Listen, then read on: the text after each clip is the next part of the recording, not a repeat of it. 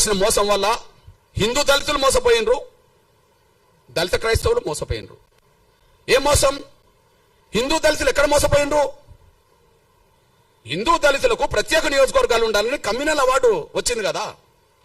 Communal award రద్దు చేయించడం కోసం కదా గాంధీ నిరాదీక్ష చేసింది.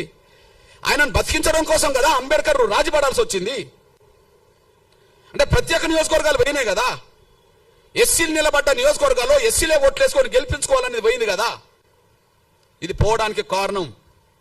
పోవడానికి కారణం గాంధీ కదా. అంటే హిందూ దళితులను మోసం చేసింది గాంధీ కదా. హిందూ దళితుల జీవితాలు అడ్డుకున్నది గాంధీ కదా.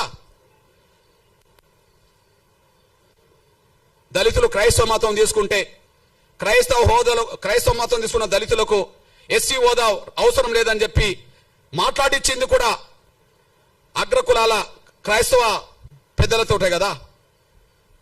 ఈ నలుగురు గాంధీ శిష్యులే కదా. అంటే దళిత క్రైస్తవులకు ఆనాడు మోసం జరగడానికి, దళిత హిందువులకు మోసం చేయడానికి గాంధీ పన్నిన కుట్ర కారణం కదా. ఇది వాస్తవం కదా. ఇది వాస్తవమే కదా. అదే సమయంలో మీ అన్నగా చెప్తున్నా నేను, అంబేద్కర్ అభిప్రాయం మొదటి నుంచి నిర్దిష్టంగా ఉన్నది. అంబేద్కర్ అభిప్రాయం మొదటి, ఆయన హిందూ దళితుడుగానే పాల్గొన్నాడు ప్రతి చోట.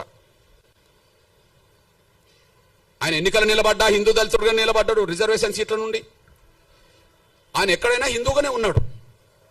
ఆయన బౌద్ధ మతం తీసుకున్నది ఎప్పుడు? అక్టోబర్ 14, 1956లో. ఆ తర్వాత 2 నెలలు కూడా తర్వాతనే చనిపోయాడు. అంటే అంతకుముందు బౌద్ధ మతం తీసుకోవడానికంటే ముందు, అంటే చనిపోవడానికి 2 నెలల ముందు కూడా ఈయన హిందువే కదా. అంబేద్కర్ హిందువునేగా, అఫీషియల్ గా హిందువునే కదా. ఎస్సీ రిజర్వేషన్ లో హిందూ దళితుడునే చేశాడు. ఎస్సీ నియోజకవర్గంలో హిందూ దళితుడు కాకపోతే అప్పటికి బౌద్ధ మతంలో ఉన్నోళ్ళకు కూడా ఎస్సీ హోదా లేదు కదా. సిక్కు మతం ఉన్నోళ్ళకి ఎస్సీ హోదా లేదు కదా. అంబేద్కర్ పోటీ చేసే నాటికి ఒక హిందూ దళితులకు మాత్రమే పోటీ చేసే అవకాశం ఉన్నది కదా. మరి హిందూ దళితుడుగా ఆయన అభిప్రాయం చెప్పిండు కదా. మతం మారినంత మాత్రాన కుల వ్యవస్థకు సంబంధించిన అవమానాలు దళితులకు తగ్గవు. ఆయన 2 చోట్ల చెప్పాడు. చెప్పేశాడు.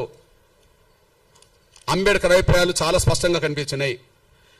లోధియన్ కమిటీ పరిణామాలే కమ్యూనల్ అవార్డు వచ్చింది. ఆ లోధియన్ కమిటీ ముందు ఈయన వాదన చేశాడు. ఆ వాదన ఒకసారి వినిపిస్తా చూడండి. హిందూ మతం నుండి క్రైస్తవంలోకి మారిన వాళ్లకు గుర్తింపు రావచ్చునో రాదో, కానీ సమాజం అతన్ని చూసే చూపులో మాత్రం మార్పు రాదు. గ్రామాల్లో దళిత క్రైస్తవులు ఇప్పటికీ అస్పృశ్యులుగానే పరిగణించబడుతున్నారు. వారికి విడిగా శ్మశానాలు ఉంటాయి. ఇది ఎప్పటి మాట? 1932 కంటే ముందు మాట, కమ్యూనల్ అవార్డు కంటే ముందు మాట. అయితే అప్పుడు కూడా ఇట్లాంటి ఉన్నత వర్గాల క్రైస్తవ లీడర్లు మాకు అవసరం లేదన్నప్పుడు ఆయన డీసెంట్ నోట్ రాస్తాడు.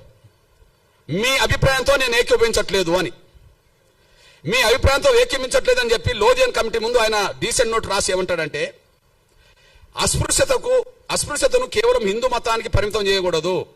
అస్పృశ్యత వల్లే కలిగే సామాజిక వైకల్యం, సోషల్ డిజాబిలిటీ ఏ మతంలో ఉన్న వారికైనా వర్తిస్తుంది.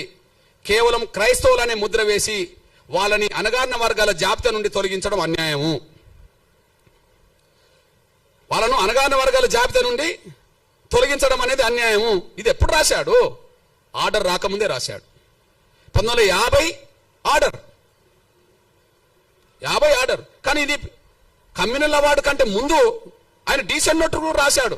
దళితులు మతం మార్చుకుంటే వాళ్ళ ఎస్సీ హోదా రద్దు చేస్తామని మాట్లాడడం అనేది అది న్యాయం కాదు, అది మంచిది కాదని చెప్పి ఆయన స్పష్టం చేశాడు. అంతేకాకుండా చాలా సందర్భాల్లో ఆయన మాట్లాడాడు. రాజ్యాంగ సభలో కూడా మాట్లాడాడు. దళితులు ఏ మతం పుచ్చుకున్నా వాళ్ళు దళితులుగానే పరిగణించబడుతున్నారు.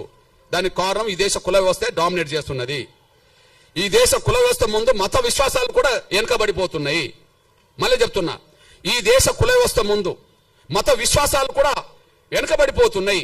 మత విశ్వాసాల కంటే కుల వ్యవస్థకు ఉండబడే దాని మీదనే ఎక్కువ ప్రాధాన్యత ఉన్నది. కాబట్టి దళితులు ఏ మతం పుచ్చుకున్న వాళ్ళు దళితులుగానే ఉంటారని చెప్పి ఆయన స్పష్టం చేశాడు. అంతేకాకుండా అంతేకాకుండా మీ అన్నగా ఒక విషయం గుర్తు చేస్తున్నా నేను. షోలాపూర్ సభలో ఎప్పుడు పెట్టినంటే 1937లో పెట్టిండు.